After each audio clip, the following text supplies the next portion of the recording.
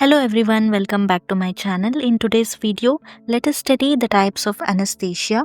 Medical coders must understand the types of anesthesia to report anesthesia services accurately using CPT and HCPCS level 2 codes. Let's start. Before that, don't forget to hit the like button, share this video and subscribe to my channel. Make sure you're taking notes while watching this video. Anesthesia plays a crucial role in ensuring patient comfort, effective pain management, and safety during medical procedures.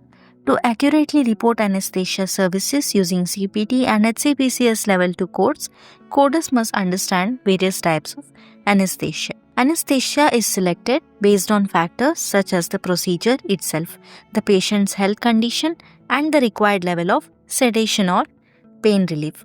Now let us study the types of anesthesia.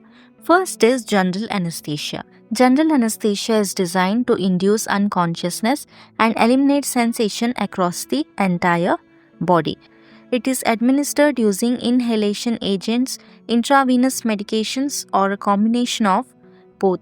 During general anesthesia, patients become unresponsive to stimuli and require ventilatory support. So this method is commonly employed for major surgical procedures such as abdominal, cardiac, or orthopedic surgeries. For example, a patient undergoing appendectomy would typically be administered general anesthesia.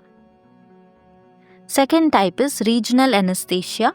Regional anesthesia targets specific areas of the body, allowing patients to remain awake and sedated. This involves injecting an anesthetic near a nerve or nerve cluster to block pain signals effectively. So in regional anesthesia, what they do is they inject anesthetic near a nerve or nerve cluster to block the pain. So the types of regional anesthesia are spinal anesthesia, epidural anesthesia, and nerve blocks.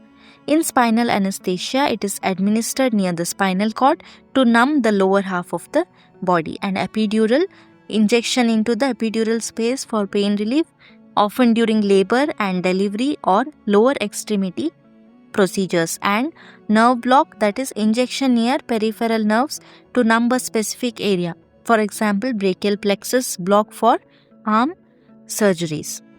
So the common applications of regional anesthesia include cesarean sections, joint replacement, and hernia repairs. For example, epidurals are frequently administered during cesarean sections to ensure the comfort of the patient while allowing them to remain alert.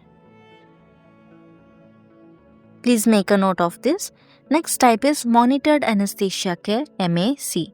Monitored anesthesia care provides conscious sedation under the supervision of an anesthesiologist or CRNA. So what is CRNA? Certified Registered Nurse Anesthetist.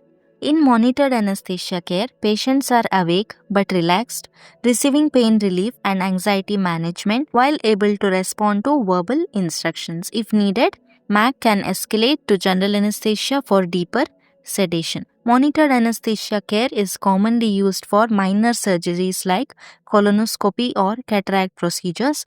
Monitored anesthesia care ensures both safety and comfort throughout the process. For example, a patient who is undergoing colonoscopy will receive monitored anesthesia care to maintain comfort during the examination. Next type is local anesthesia.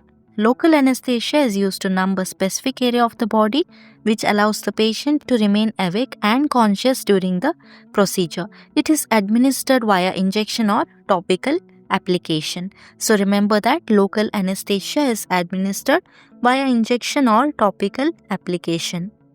It is commonly employed for minor surgery, dental procedure, or skin-related treatments. Local anesthesia ensures the patient experiences no pain in the targeted area. For example, a dentist might use it to numb the gums before filling a cavity. Last type of anesthesia is sedation. Sedation involves medications to help patient feel calm and reduce their level of consciousness. So in sedation, what they do is they reduce the level of consciousness of the patient so that the patients feel calm. Sedation ensures that patients remain comfortable, able to breathe on their own, and responsive to stimuli. There are two primary levels: minimal sedation and moderate sedation. So, what is minimal sedation? In minimal sedation, the patients feel relaxed but stay fully aware and responsive. In moderate sedation, that is conscious sedation, patients may become drowsy and respond only to light stimuli. Sedation is often used for outpatient procedures like endoscopies or minor surgeries to enhance comfort and relaxation. For example, a patient undergoing an endoscopy typically receives moderate sedation. So, these are the types of anesthesia. It is very important that we as medical coders need to understand the types of anesthesia and how it is administered. So, that's it for today. Thanks for watching. I'll see you in the next video.